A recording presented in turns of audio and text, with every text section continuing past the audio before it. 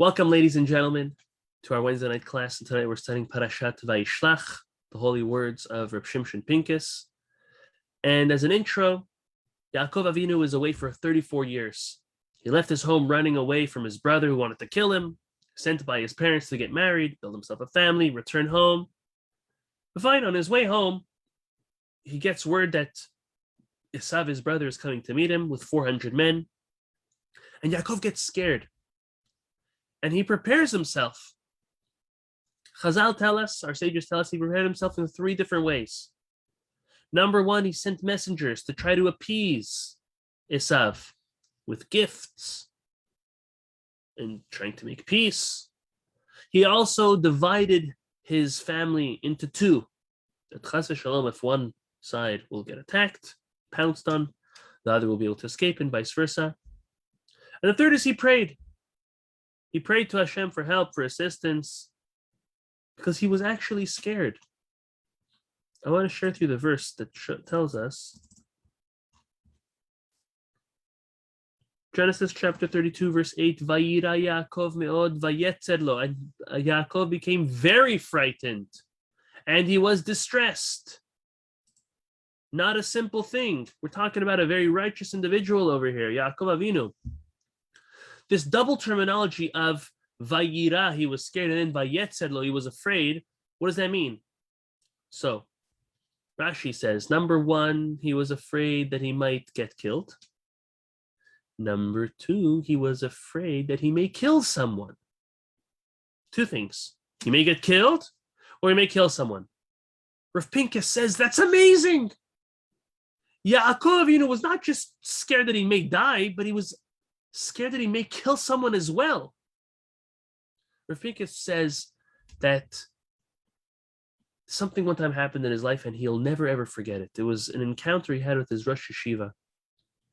And one time he got into a car accident, which is ironic because unfortunately Rav Pincus, him and his wife and his daughter actually passed away from a car accident. I guess this was years way later than the story he's telling us now. But one time he was driving a car, he got into a car accident, and he flipped the car. He happened to, Baruch Hashem, get out of the car with only minor scratches, nothing bad at all. But nevertheless, since he was in a serious car accident, the medics admitted him to the hospital. And when he was at the hospital, an officer came and asked him, "Oh, what happened?" So he explained, "I'm a new driver. I was driving. It was an honest mistake. It got windy. I lost control of the car flipped." Okay, so the officer said, "Okay, feel better." A week later, he gets back to himself. He comes back to the yeshiva. And the Rosh Yeshiva comes and approaches him. Listen to this story. This story is fascinating. Comes to the Rosh Yeshiva, and the Yeshiva tells him, "I heard you got into a car accident. What happened?" So again, he told him the same thing. "I was driving innocently. There was a wind. I lost control. I flipped the car. I'm a new driver." You know what the Rosh Yeshiva answered? The Rosh Yeshiva said, "You could have killed somebody." That's what he said. When the officer, Rav Pincus explains. Rav Pincus says, when the officer was told that the car flipped over because it got out of control and that he's okay, he said all is good. When the Rosh Yeshiva heard what happened, he didn't even say you could have died. He said you could have killed someone else. Reb Pincus says he felt like he was a crazy man being looked upon by his rabbi, by the Rosh Yeshiva. How could you do something that puts someone else's life in danger as such? You could have killed somebody. And Rav Pincus says, why is it that we don't think like the Rosh Yeshiva? Why is it that we all think like the officer? Where's the disconnect? Where's our issue? Why isn't our first impression, like the Rosh Yeshiva, you could have killed somebody? So Rav Pincus says the fact is that our surroundings and environment all have a major impact on us. And the world we live in, whether we like it or not, is full of violence. whether it's in the news, in books we read, entertainment. Violence is something that we don't blink an eye on anymore. Everywhere we look, the culture that we live in is a dog-eat-dog world. It's a society of being tough and rough and standing up for yourself. The Western mentality, Rav Pincus, by the way, grew up in America, so he understands it. Rav Pincus says the Western mentality is that no one's going to step on me or push me around. Even if it means I have to hit someone or even kill someone. He gives an example of a Jewish veteran who used to serve in the American army, who told him that one time he was serving in a very faraway place in some Arab country, this Jewish American soldier with other soldiers, and they were all sitting around huddling, some other soldiers, not Jews over there. And one Arab came over and recognized the Jewish soldier to be Jewish. And he walked over and he spat at another soldier who happened to be a non-Jewish American soldier. Again, he thought that all of them were Jewish soldiers. With not even blinking of an eye, that soldier got up. The Gentile American soldier got up, the one who got spat on, and shot the Arab dead in 2 seconds. How is someone going to spit at me? You spit at me, you die. That's the world we live in. One that has no regard for life at all. But does that make it correct? The Torah tells us that Yaakov Avinu leaves the house of Lavan. Yaakov Avinu comes to the house of Lavan and he sees Rachel. He sees Rachel, his daughter, Lavan's daughter, and he starts crying. Why did he start crying? Well, Rashi gives 2 explanations. In his second explanation, Rashi says, because he came empty-handed. Eliezer, his grandfather's servant who came to find a wife for his father Yitzchak, he came with jewelry and gifts and money. And this man, Yaakov, comes empty-handed. How could that be? Well, Rashi tells us what we know. Eliphaz, the son of Esav, was sent by Esav to kill Yaakov. And Eliphaz thought he was doing a very noble deed of listening to the action, listening to the command of his father. Until he came to Yaakov and he convinced Yaakov, you know what, take all my possessions and I'll be poor, and a poor person is like a dead person. And he took everything. Everything. Rav Pincus says, you know, it always bothered me. Why didn't Yaakov protect himself or defend himself? The Talmud has a very famous rule. Someone who comes to kill you, you kill them. It's do or die. Yaakov was surely way stronger than Eliphaz. He was older than him. He was his teacher. A few moments later, he gets to Lavan's house and he gets to the well, and single-handedly, he moves a boulder that all the other shepherds couldn't do collectively. He definitely was strong. He definitely could have stood up for himself and killed Eliphaz, or at least hit him, immobilize him, and run away. Why didn't he do that? Pincus says, yes, we need to protect ourselves. We need to defend ourselves. But that is always the last resolution. That is always the last resort. When all else fails, that's when a Jew raises their hands. If there's another way to resolve any situation at all, even if it would mean to give everything you have away, just not to hit or kill someone else, that's what Yaakov Avinu preferred to do. And the reason Rav Pincus explains is, we never know what the ramifications of hitting or kill someone can bring. He quotes the Ben Ish Chai. Beautiful, I never knew this. The Vayishlach says, Yaakov Avinu looked at Eliphaz and he saw that Onkelos, the convert, is going to come from him, be one of his descendants. It is thanks to Onkelos that we have the Aramaic translation on our entire Chumash. Can you imagine if Yaakov would have killed his nephew Eliphaz? We wouldn't have had it. Kind of like Moshe Rabbeinu by the Egyptian in the second perek of Shemot, by the Egyptian hitting the Jewish man. He looked right, he looked this way and that way. This way and that way, Rashi's second interpretation. He looked to see in the future, is anything great going to come out of this person? He saw not, and he killed him. Okay, we're not at the level of Yaakov and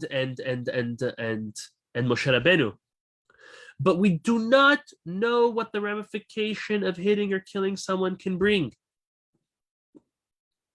So to us, this all looks backwards. Our upbringing was, you kill someone right away if they're out to kill you. You feel threatened, you retaliate. That's wrong. That's not what the Torah wants from us. The Torah teaches us otherwise. The Torah teaches us that the last resort is to use your hands.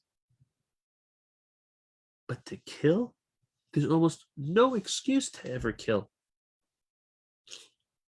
Growing up, as most of you, if not all of you know, my mom has a smile on. She knows where I'm going. Most of you know that growing up, I practiced martial arts. My father and my mother, as my teachers,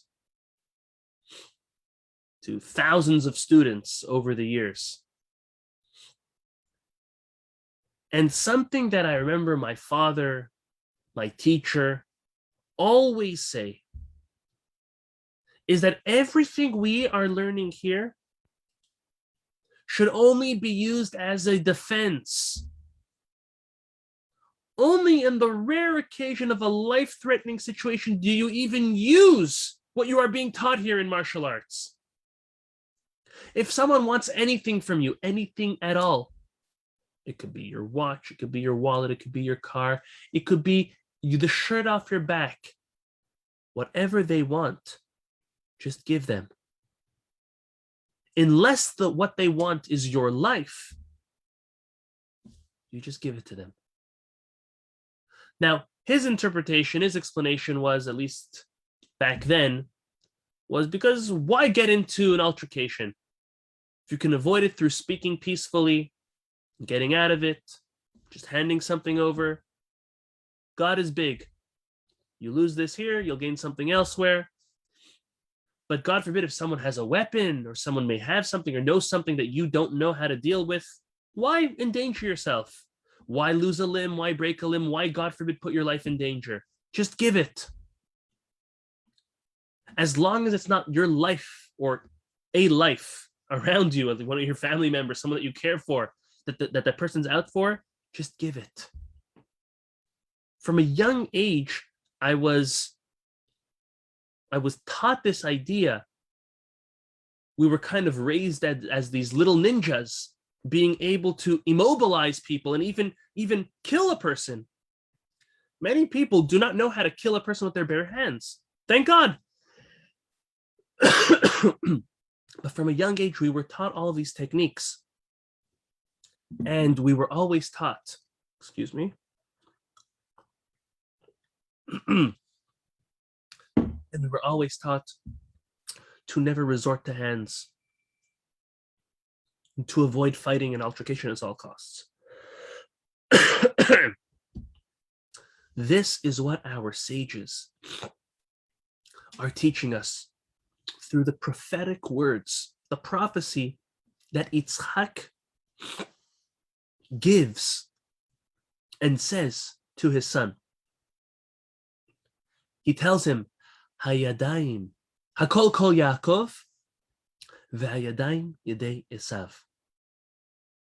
Your voice sounds like Jacob, but your hands feel Like Esav, when he came to his brother, or when he came to his father, when Jacob came to his father for the blessings.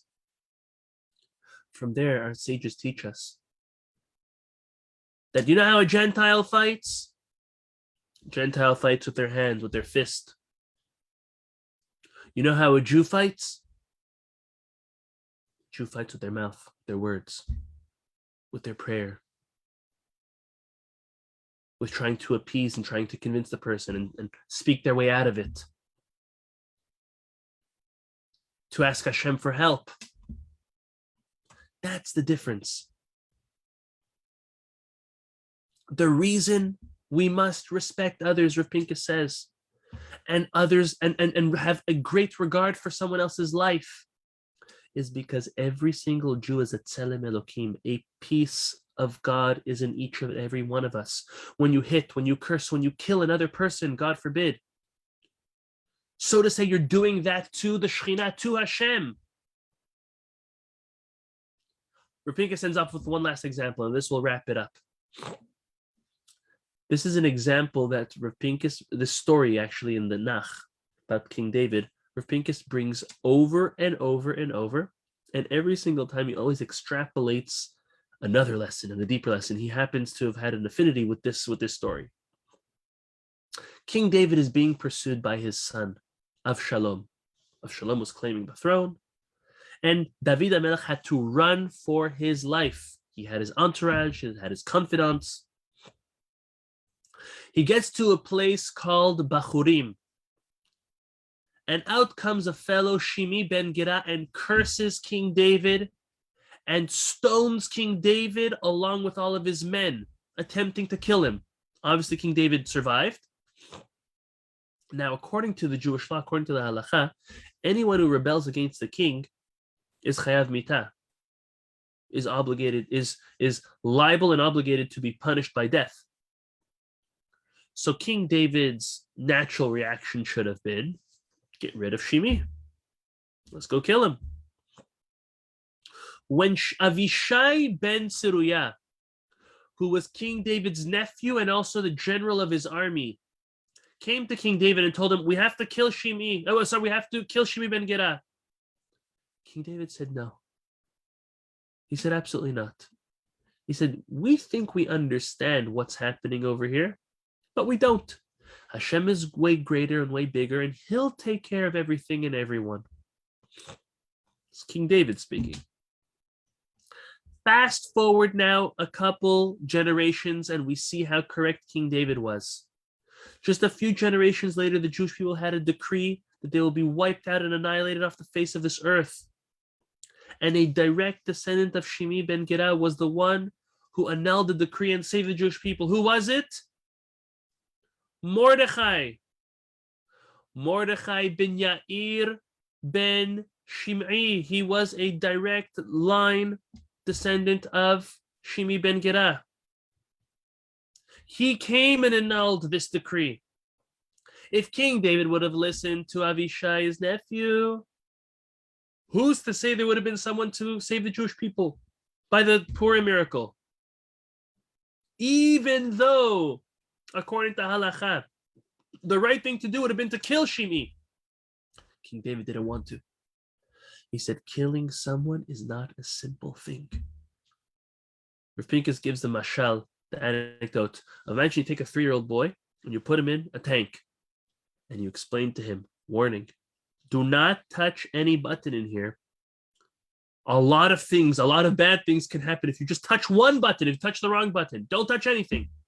And you explain the child twice, 3 times, 100 times.